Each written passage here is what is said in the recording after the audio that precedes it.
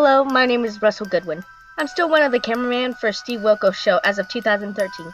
I can remember that day working as a cameraman for Steve Wilkows' show, receiving $8.50 an hour, including take-home pay, which was pretty sweet. Of all the guests on Mr. Steve Wilkows' show, one that was really disturbing, that still makes my blood run cold, and led him to take matters into his own hands. This guest made every child molester, deadbeat parent, baby killer, rapist, abusive spouse, and hardened criminal look harmless. It was a chilly November night in Chicago, and I was looking forward to it being Friday and going home to my wife and daughter. The one thing I had in my mind was taking them out to dinner and watching some movies we ordered through Netflix. Now, before I continue on with this guest, I want to let everyone know on behalf of Mr. Wilkows, executives, producer Jerry Springer, and Rachel Wilkows, I would like to say that because police didn't do anything about this felon, Mr. Wilkows resorted to vigilant justice. The topic of the episode was called I Gave You Drugs and Erased Your Life. It dealt with a psychopathic young man who gave powerful narcotics to a random woman for mandatory gain and robbed them blindly, not only of their material possessions, but their memories and lives. Not killing them, just robbing them of their freedom and stealing their virginity. I will give you a description of the show, which is below. Steve, welcome to the show. My guest with me at this time is Anthony. And Anthony, why are you here? The guest appears as an emancipated Korean-American young man between 20 to 25 years old, up to his mid-30s, with long raven hair, black hoodie, black sweatpants, and sneakers. Anthony, well, Steve, in 2009, I robbed an ex-girlfriend of mine of money she was saving towards getting a vehicle and used her as my own personal sex toy. Truth of the matter is, I felt bad about it afterwards. Anthony gets a weird look from Steve. Because of what you told me, I'm gonna have to ask you to stand up. Yes, sir. Steve moved the chair away as Anthony stands up. You know, of all the guests I had on my show, you are by far the most polite and cooperative. Thank you. So, Anthony, you called in the show, correct? No, sir, my mother did. Your mother? Yes, sir. Is your mother here in the building? An unrecognizable Korean-American woman speaks off screen. Camera pans to her, revealing the woman to be in the audience. That would be me. And you're Anthony's mom, Nora? Yes, Mr. Wilkows. Mom, may I invite you up on the stage? Certainly. Nora is led up on the stage by one of the security guards of the studio. I'm gonna get you a chair so you can sit, okay? A stagehand brings Steve a chair for Anthony's mother to sit in. Thank you. Nora sits to make herself more comfortable while her son stands. Okay, Mom, you called the show. Spoke with my producers, and from what you told me, you're here to clear your son's name? Yes, Mr. Wilkows. Can you tell me more about this, please? Yes. Anthony had stolen money from an ex-girlfriend of his. Money she was saving towards getting a vehicle to feed his habit. Right. On many occasions, he would give her sherm, that embalming fluid mixed with marijuana, and he would also have a friend mixing cocaine with pot to create another cocktail. After what happened, he called me up that night crying, said he felt guilty for what he had done and was scared to go to the police. Why is that? My son has the mentality, and I don't mean to speak badly about him, because it's true. He has the mentality of a 5-year-old child. He doesn't know what's going on half the time, and his mental illness is to blame. So when I explained to the local police department, they left Anthony alone. I understand where you're coming from, and you're being a real nice lady and devoted mother. I can see that no parent would want to see their child convicted of any crime, let alone in jail, and your devotion is unsurprising. Any parent who loves their child that much would go to any great lengths to keep their child from being sentenced. I know my son has done some horrible stuff in his past, but I still love and care about him nonetheless. People may hate him, but deep in his heart, he's still a good boy. If all mothers were like Nora, I think the world would be a better place. Mom, if I may, I would like to continue, so you're gonna send you backstage. Okay. Nora is led off stage by studio team members, presumably to the green room. You know, it's a damn good shame that a woman, a loving mother like yours, would give birth to a piece of crap like you. And you being inhumanely polite, being nice and buddy-buddy with me. Something isn't right. From the looks of things, it sounds like me and you came into the studio high. I was extremely nervous and had to smoke a joint, man. Alright, first off, you don't call me man. You call me Steve. Damn it, I ain't one of your stoner buddies, pal. I'm sorry, it won't happen again. That's what I like to hear. So anyway, your mother told me that you gave your ex-girlfriend sherm. And you know, if it was real embalming fluid, your ex-girlfriend would be dead. It was actually liquid PCP. And this was in your possession? No, sir, I got this from a friend of mine, who also helped me brew a cocaine/pot cocktail. You were totally unaware of your health hazards of this while you were giving it to her? It wasn't at the time. I was high and wasn't thinking straight. So you had no regard for her life and decided to give those narcotics to her anyway? I never said I wanted to kill her! But you continued! Did you not care she ended up in the hospital, in the gutter, laying dead somewhere? It wasn't in my nature to kill her! I loved her! Oh yeah, a real knight in shining armor gave her fair mating drugs that would have eventually killed her. If you really loved her, you wouldn't be doing that. I still cared about her, even if I was high or not. If that was your daughter and I found out what you had done, I would have made sure your ass paid for it. I would have gone to your crap shack myself and beaten the living hell out of you. Steve Wilkows at this point is cooling down, still angry, but trying to compose himself. And I sure as hell wouldn't be the one to let you off the hook because mommy or daddy didn't want to see their little boy suffer. My father never cared about me, so even if it mattered that I went to prison or a fucking detention center, I didn't give a shit. Let me tell you something, Anthony. If you were my son, and thank God you're not, I would have made sure your ass went to rehab and stayed there. Prison would be too merciful a fate for you. More power to you. When we return, we're gonna read the results of your lie detector test. We'll be right back. The audience applauds, cutting to commercial break. I felt so much anger and hostility coming from Steve, almost as if he wanted to kill Anthony himself. If I were in Mr. Wilkows' shoes, I'd put the stoner loser out of his misery too. During the commercial break, Anthony noticed me and tried to engage in conversation with me during the break, something I did not want to take part of. This is what transpired. No hard feelings? Anthony asked. What the fuck is that supposed to mean? I replied. Come on, you're still not upset over me stealing from Stephanie, are you? Stephanie is my daughter's name. Anthony did not know she was related to me. Well, let's see. After your little meat puppet's ass bandage, Johnny and Alan promised me I would be the new lead singer of Hell's Asylum, stealing and ultimately plagiarizing lyrics I wrote, I say I'm perfectly fine. I was sarcastic, but he was too fucking oblivious to notice. As long as everything is okay. Sorry I didn't introduce myself to your aunt. I did not mean to be rude that night, Anthony said. Are you high or just brain dead? Everything I said was true, and you're trying to let bygones be bygones. Piss off. I was so irritated. He left a very irritable Aurora in the studio. It wasn't visible on their faces, but I could tell that besides the production staff, producers, security guards, the studio audiences wanted to put Anthony out of his misery. They wanted a piece of him like a pack of rabid bulldogs wanting to tear a steak to shreds. I, myself, wanted more than anything to see him in the obituaries, but right now, me being behind the camera helped me maintain my composure. Here's part 2 with the transcript. Steve Wilkows' show logo fades in, transitioning to the stage. Welcome back. We're going to review the results of Anthony's lie detector test, but first, let's bring Nora, Anthony's mom, back out. Nora comes onto the stage. The audience applauds. Thanks for coming back, Mom. I trust you were comfortable in the green room? Yes, thank you very much. I understand you didn't want to hear anything being shouted to your son, so I figured that the green room was the perfect place. I did this for you because you are a wonderful lady, and the world needs more moms like you. We're now going to read Anthony's lie detector results. Steve gets the envelope containing the lie detector results and opens the envelope. Win or lose, I still love you, son. Anthony, you have a wonderful mother. Don't take her for granted, reads the page. Here are your results. Anthony, you were asked during your relationship with your now ex-girlfriend, Stephanie, did you sleep with other women? You said no. You were asked during your time as an audio mixer for the now defunct death metal band Hell's Asylum, did you embezzle money up front to feed your drug habit? You said no.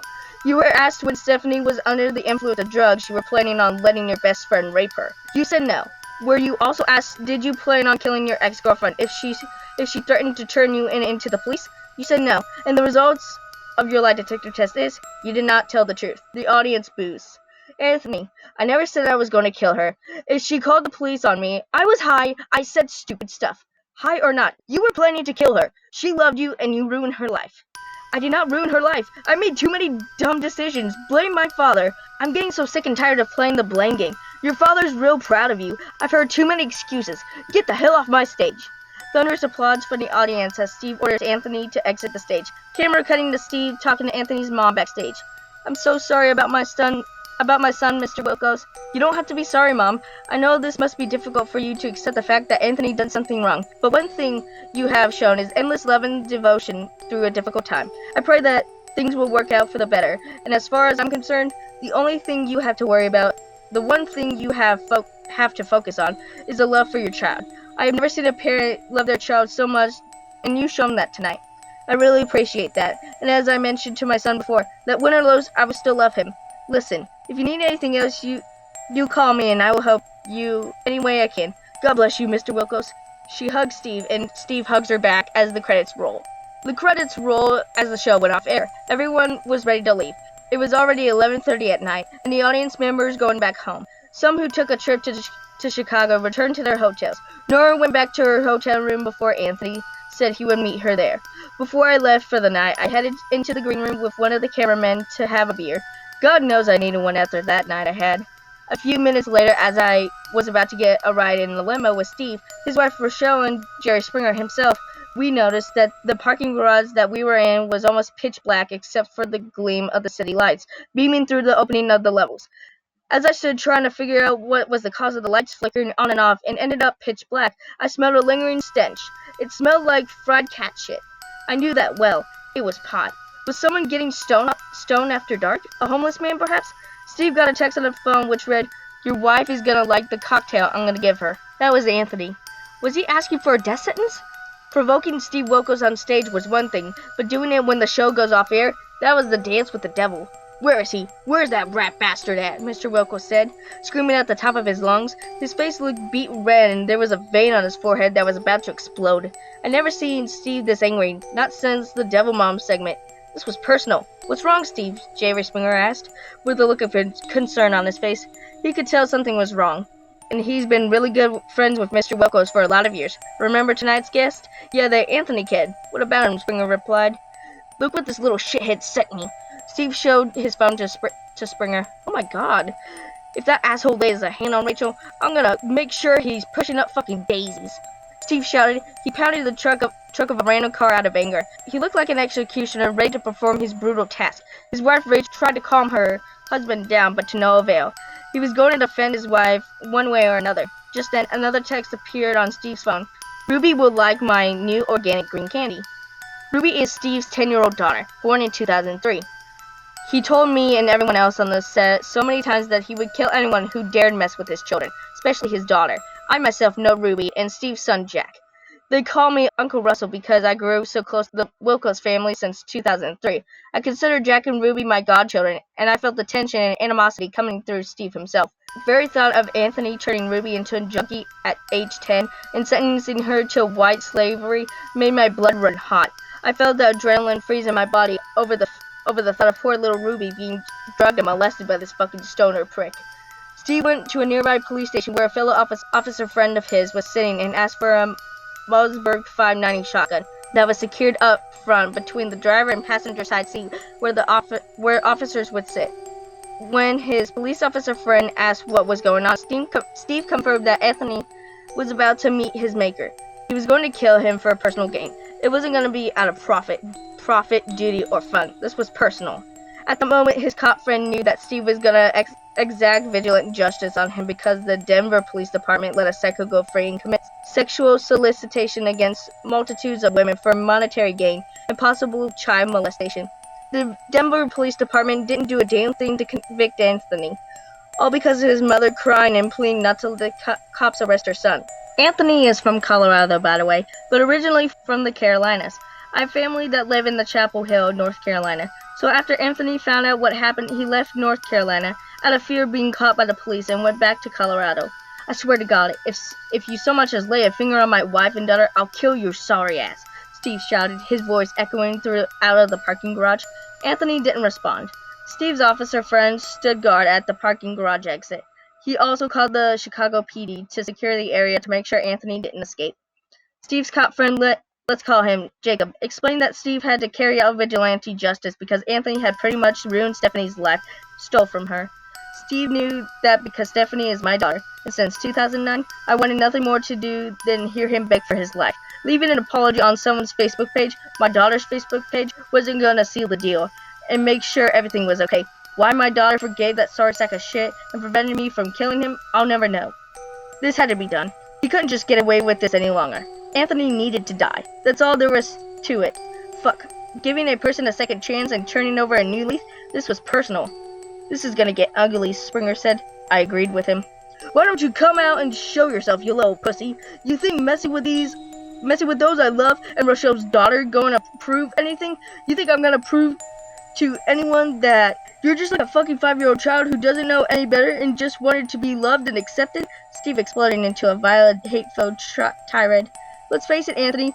You hid behind a black hoodie, just so people won't have to look at your ugly, gently-looking mug, and you're scared to death to interact with anyone. The reason why Hell's Asylum broke up is because no one wanted to be around your greasy, anorexic, pot-smoking, cock-sucking ass. You claim to be the world's greatest audio mixer and roadie for a band that no one will see, but in reality, you're nothing but a scared little boy trapped in the body of a 29-year-old man. You're a poser. Come on out, you fucking coward." A loud scream vibrated. It was the scream of a woman. The scream belonged to Steve's wife, Rochelle. Steve raced to the stairs to the top of the parking garage to find his wife bound in only a bra and panties. She was going to be dragged and viciously raped. There was another man along with Anthony.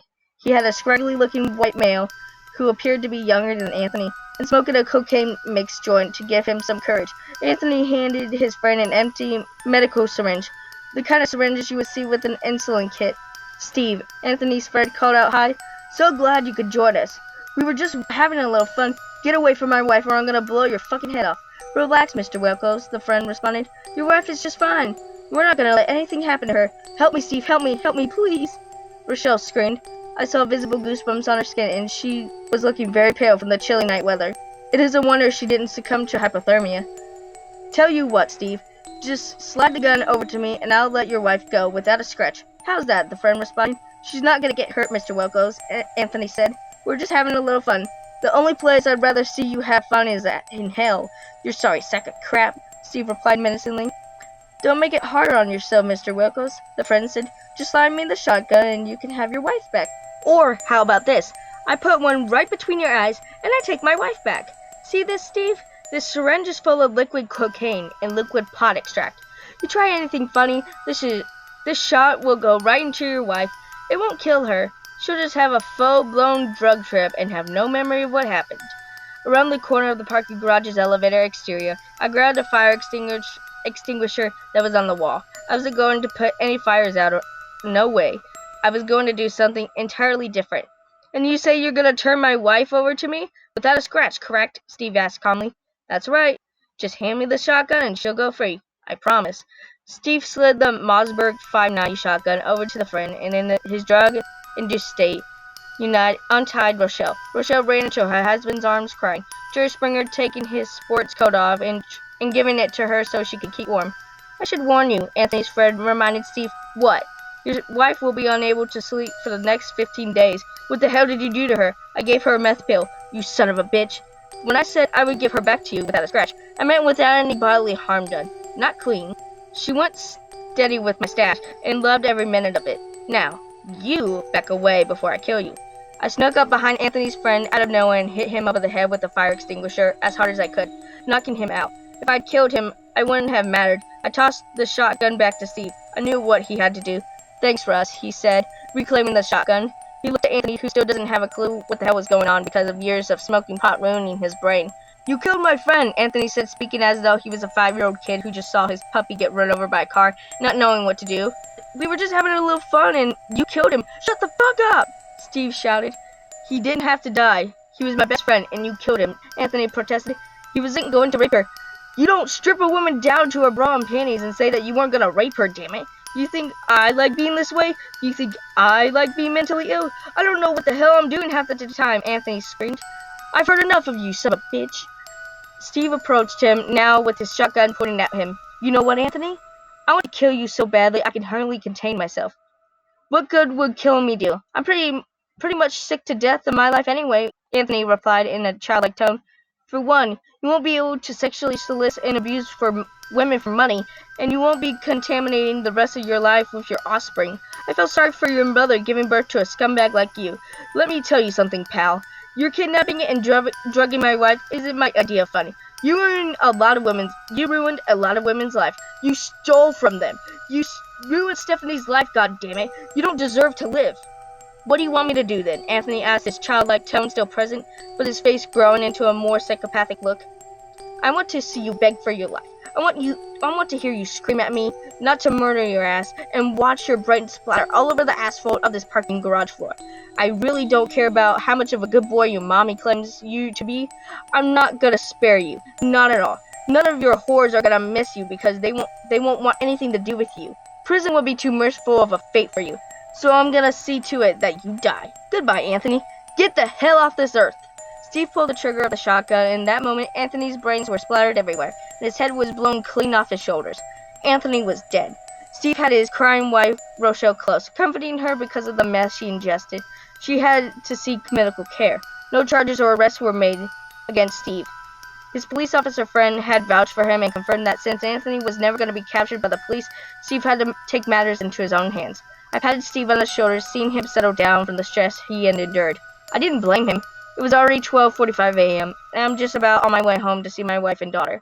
Like Steve, I too would kill anyone who would dare hurt my daughter. I've had a feeling that Anthony's mom is going to apologize to the press and police for her son being mentally ill. I just know that this is going to be on the front of the local newspaper. If someone hurts your family or friends, or ends up stealing the innocence of your child, or rape your wife/girlfriend, and police won't do anything about it, that's why there is a vigilante justice.